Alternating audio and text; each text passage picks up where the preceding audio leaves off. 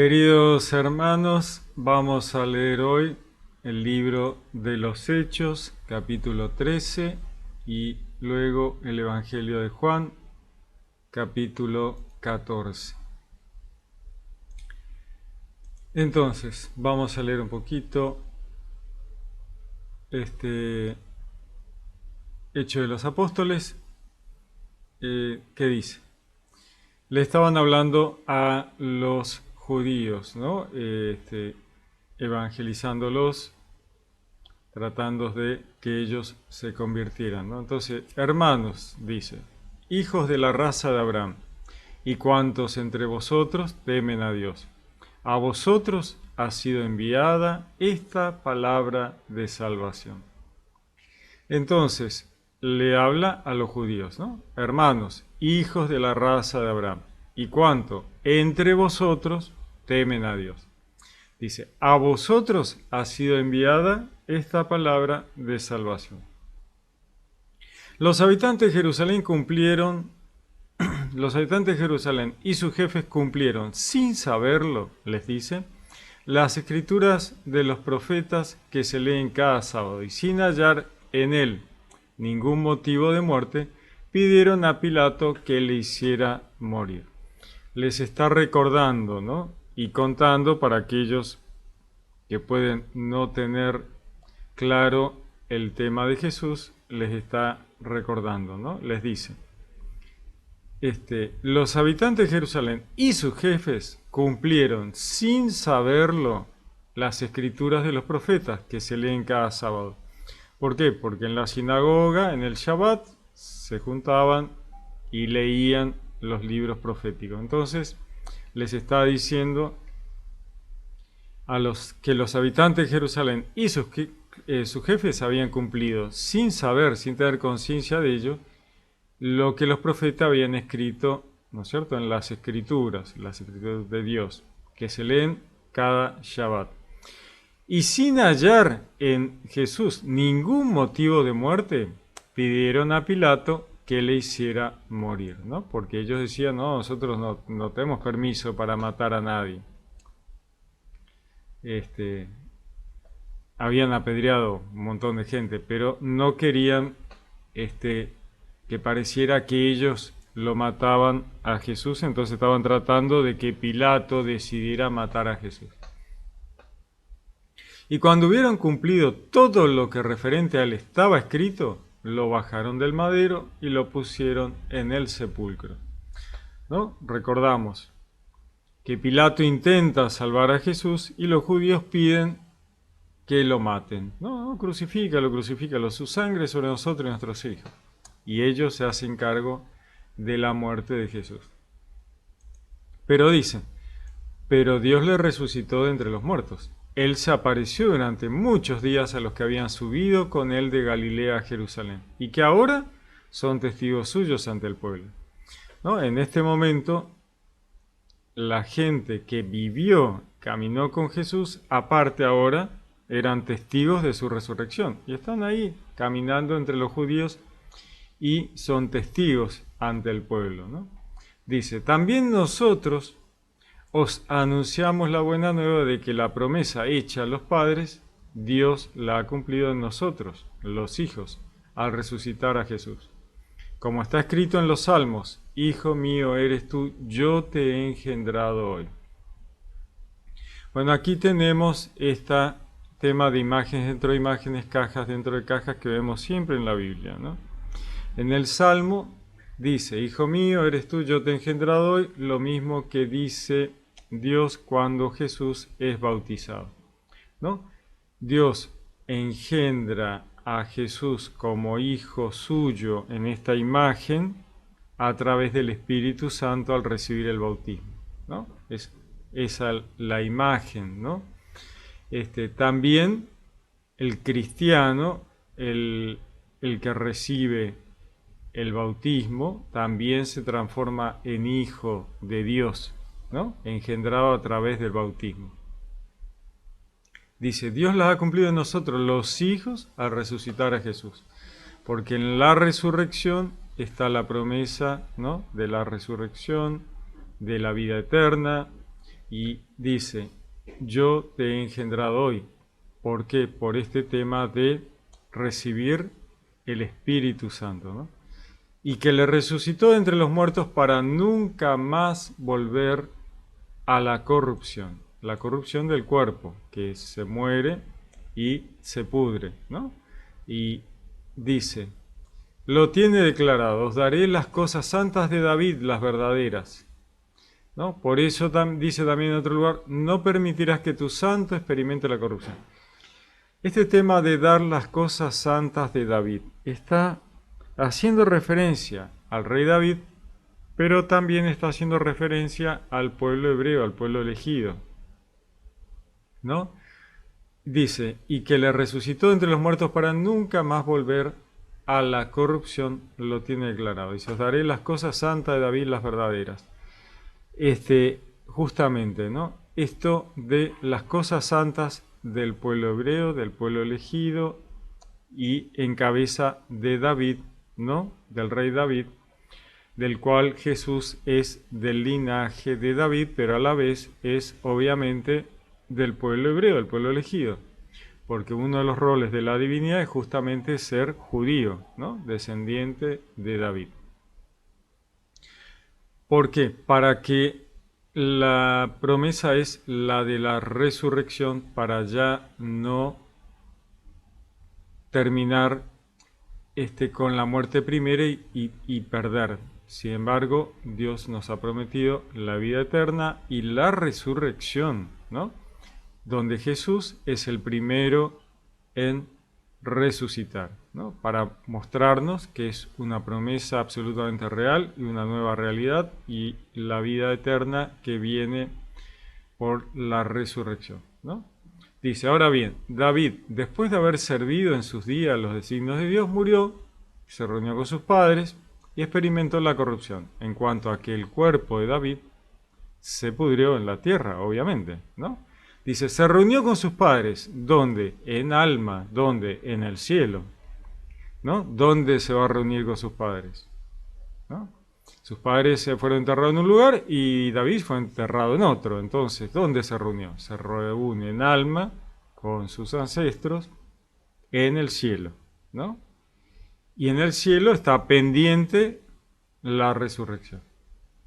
Dice, en cambio, aquel a quien Dios resucitó no experimentó la corrupción. O sea, el cuerpo de Jesús no se pudrió en la tierra porque resucitó. Entonces dice, tened pues entendido, hermanos, que por medio de este os he anunciado el perdón de los pecados y la total justificación que no pudiste obtener por la ley de Moisés. Como le está hablando a los judíos, ¿no es cierto? Tenemos este tema de que por medio de Jesús le está diciendo han logrado el perdón total y absoluto de los pecados. Le está hablando a los judíos, ¿no? Y la total justificación. Los judíos se justificaban por la ley, que no podían obtenerla a través del cumplimiento de la ley mosaica. Esto no es para los cristianos, sino para los judíos, ¿no?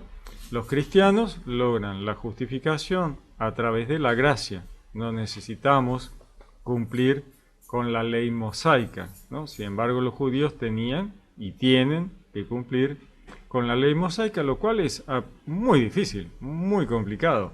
Dice, ¿no?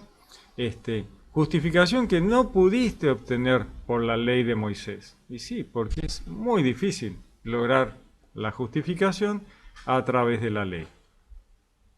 De ahí viene el purgatorio. ¿Por qué? Porque ningún judío va a poder lograr la justificación a través de la ley. Entonces, al morir e ir con Dios, tenían este tiempo de purgatorio para conseguir eso que les falta, ¿no? Que no han logrado en vida cumplir con la ley, bueno, que en el purgatorio pudieran alcanzar lo que les faltaba. Entonces dice, la obtiene por él todo el que cree, la justificación, ¿no? La obtiene por Jesús todo el que cree. Dice, cuidad pues de que no sobrevenga lo que dijeron los profetas. Mirad, los que despreciáis, asombraos y desapareced, porque en vuestros días yo voy a realizar una obra que no creeréis, aunque os la cuente. le está recordando, ¿no? Este tema de que la obra de Jesús puede ser que muchos no crean aunque se las cuente.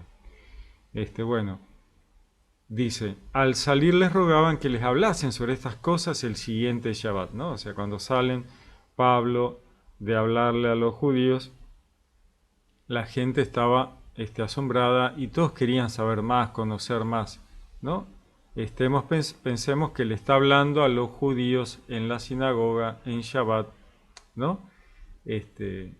Por eso todo esto de la ley, hijos de Abraham, ¿no? O sea, le está hablando a los judíos. Pero al escucharlos, lo que le dice a los judíos, uno, como cristiano gentil, puede comprender mejor aquello que tiene la gracia para el cristiano gentil, ¿no? Que no tiene el problema de cumplir o no la ley mosaica, ¿no? Y este tema de que la gracia, la gratuidad de Dios nos saca de encima el gran problema de la ley, ¿no?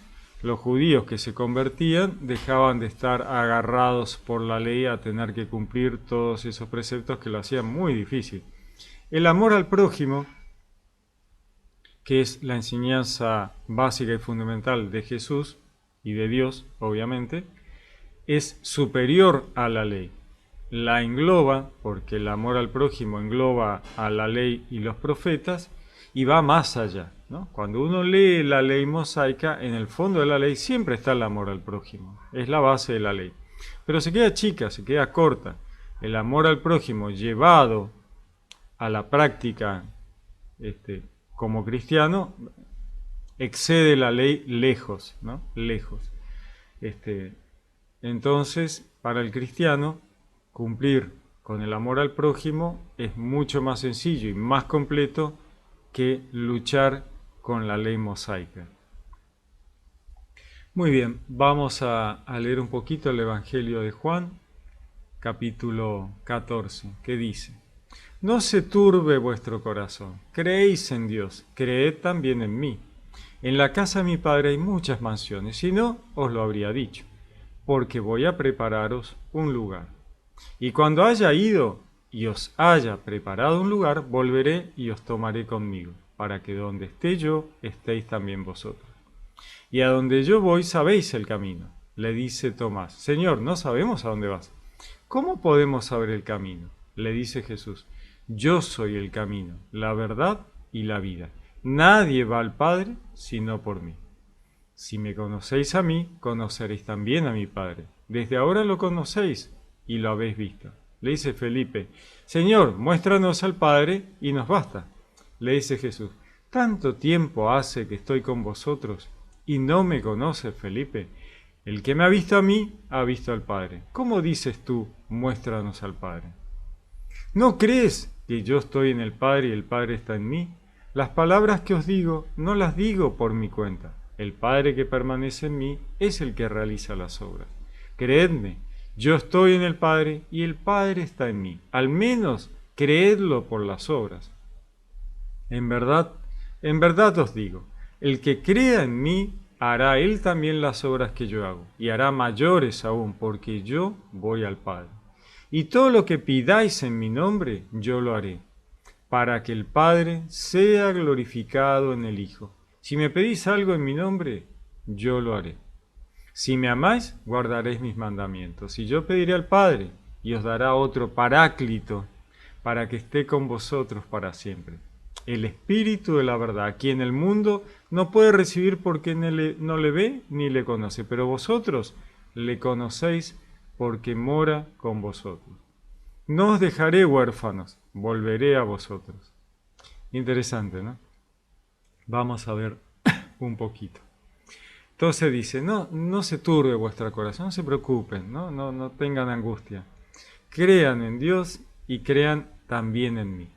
En la casa de mi Padre, dice, hay muchas mansiones, ¿no? Como muchos lugares así lujosos, podríamos decir, ¿no? Como imagen, ¿no? En el cielo no hay lujo, ¿no? Justamente el lujo es algo terrenal. Sin embargo, en el cielo uno no necesita los lujos porque la felicidad que se vive en el cielo excede cualquier cosa lujosa terrenal.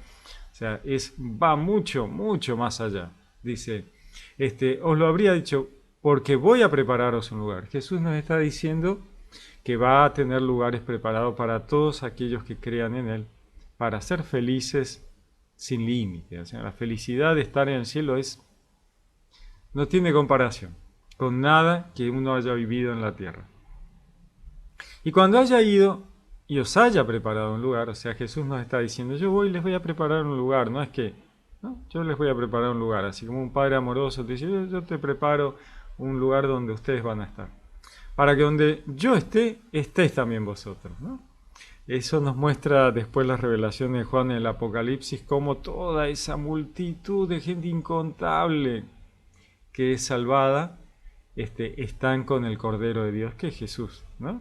Cantan loas, disfrutan, están felices, lo acompañan a todos lados. La felicidad del cielo es manifiesta en las revelaciones de Juan en el Apocalipsis, es maravillosa. Le dice Tomás, Señor, no sabemos a dónde vas, ¿no? Claro, ellos quedan pensando, dice, ¿no? Y donde yo voy, sabéis el camino, dice Jesús. Pero ellos dicen, pero no sabemos. ¿Cómo podemos saber el camino? Y entonces Jesús les dice, yo soy el camino, la verdad y la vida, ¿no? Y ahí vemos este tema de la puerta, ¿no? La puerta para acceder al cielo, al reino de los cielos, a la vida eterna. ¿Quién es? Jesús. Creyendo en Jesús, en sus enseñanzas, en sus doctrinas, en lo que Él dice, en el amor al prójimo, uno pasa a través de esa puerta, que es una imagen. Jesús es una imagen, un rol de la divinidad en la historia de la salvación como Cordero de Dios que abre la puerta y queda una puerta abierta en el cielo, dice Juan en las revelaciones del Apocalipsis. Hay una puerta abierta en el cielo que nadie puede cerrar. El camino a la vida eterna, ¿no? Es Jesús. ¿No? Si me conocéis a mí, conoceréis también a mi Padre, ¿no? Porque Jesús nos muestra a Dios, su bondad, su misericordia, su amor, ¿no? Si lo vemos a Él, estamos viendo a Dios, ¿no? Entonces dice, si me conocéis a mí, conocéis a mi Padre. Desde ahora lo conocéis y lo habéis visto. Le dice Felipe, Señor, muéstranos al Padre y nos alcanza, nos basta. Entonces Jesús le dice, tanto tiempo hace que estoy yo con usted y todavía me pedís eso, ¿no? O sea, ¿cómo me pedís muéstranos al Padre? No me estás viendo, ¿no? Dice, yo estoy en el Padre está en mí. El Padre y yo somos uno, había dicho, ¿no? Yo y el Padre somos uno, somos ejad, somos lo mismo, ¿no? Somos parte de la misma cosa, ¿no? Esta es la idea, somos parte de una misma cosa. Y me estás viendo a mí, estás viendo al Padre. ¿Qué es lo que querés ver? Ya lo viste. ¿Cómo decís que no lo viste? ¿No? Estás viendo sus obras, estás viendo su misericordia, estás viendo su amor. ¿Y cómo pedís para verlo?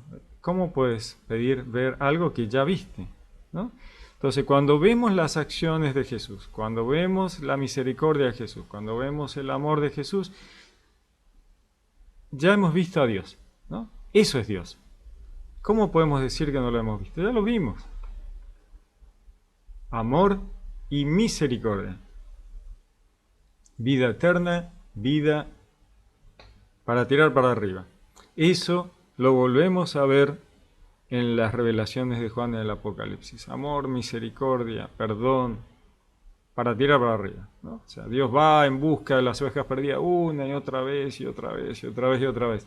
¿Cómo podemos decir que no hemos visto a Dios? Ya lo vimos, ¿no? Hemos visto lo que Dios es. Misericordia, perdón, amor, ir a buscarnos, ir a buscarnos, ir a buscarnos para llevarnos. ¿Qué más queremos? Ya está. O sea, a ver, ¿no? Hemos visto esto, es como haber visto a Dios. Muy bien. Lindo, ¿eh? Muy lindo. Les deseo un lindo día, que Dios los bendiga. Los saludo con gran afecto. Les habló Pablo Castro.